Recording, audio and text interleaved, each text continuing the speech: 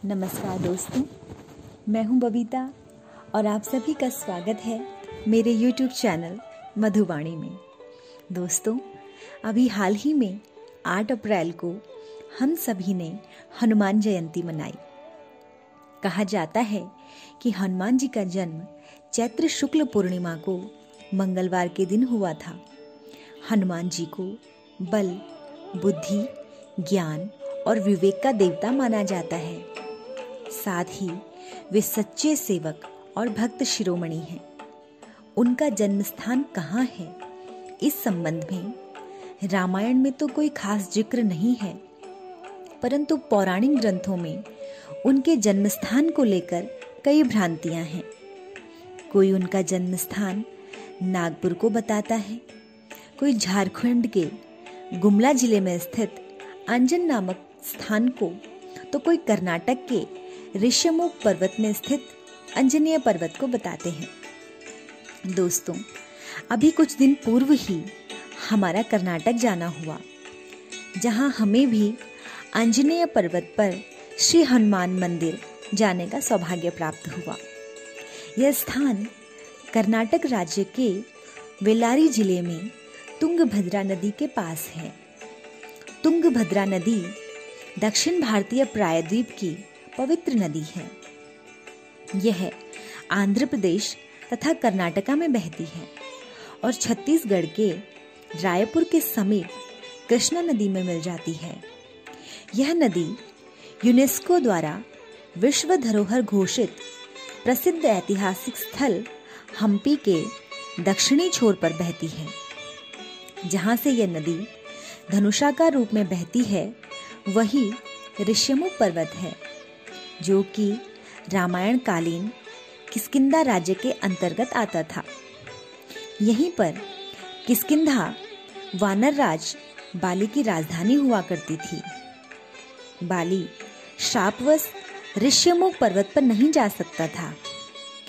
जब उसने अपने छोटे भाई सुग्रीव को राज्य से निकाल दिया, तो सुग्रीव जी ने इसी ऋष्यमुख पर्वत पर शरण ली थी।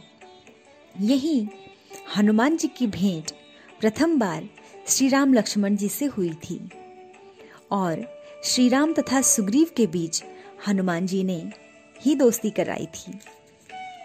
ऋष्यमुख पर्वत की एक चोटी का नाम अंजना पर्वत है। माता अंजना ने इसी चोटी की एक गुफा में ऋषि मतंग के कहने पर पुत्र प्राप्ति के लिए कठोर तप किया था। पौराणिक ग्रंथों में यह भी दृष्टांत आता है कि राजा दशरथ ने पुत्र कामना के लिए जब यज्ञ किया, तो उनकी रानी कैकेयी के हाथ से एक चील यज्ञ प्रसाद लेकर उड़ गई। जब वह चील अंजनेय पर्वत के समीप उड़ी, तो तेज हवा से वह प्रसाद पात्र उसकी चोंच से नीचे गिरकर तपस्या करती हुई माता अंजना की गोद में गिर गया। पवन देव के कहने पर अंजना जी ने वह प्रसाद ग्रहण कर लिया, जिससे उनको पुत्र रूप में हनुमान जी प्राप्त हुए। वर्तमान में इसी चोटी पर हनुमान जी का मंदिर स्थित है। इस मंदिर में जाने का रास्ता बहुत ही रमणीक है।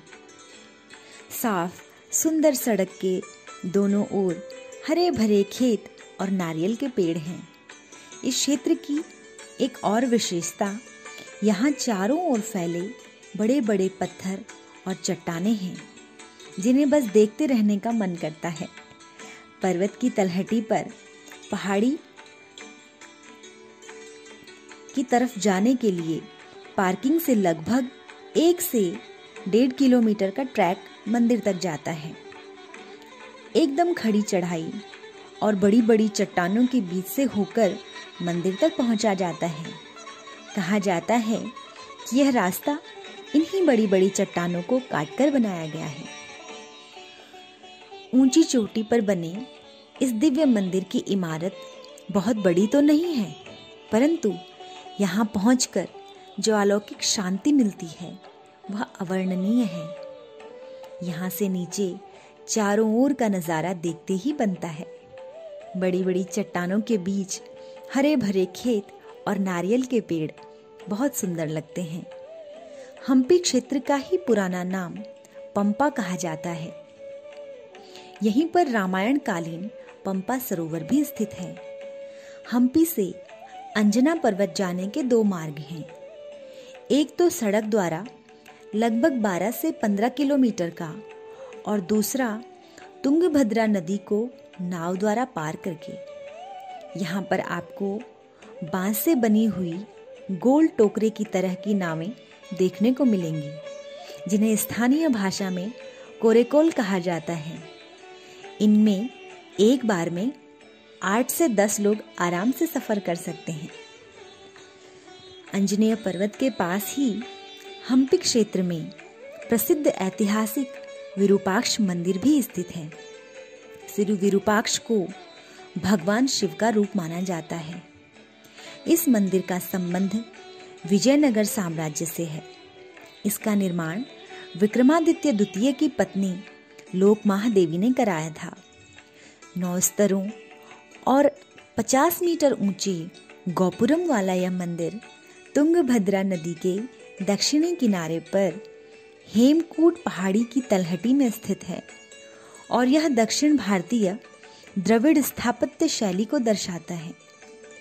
इस संपूर्ण क्षेत्र में रामायण कालीन अवशेषों के प्रत्यक्ष प्रमाण मिलते हैं।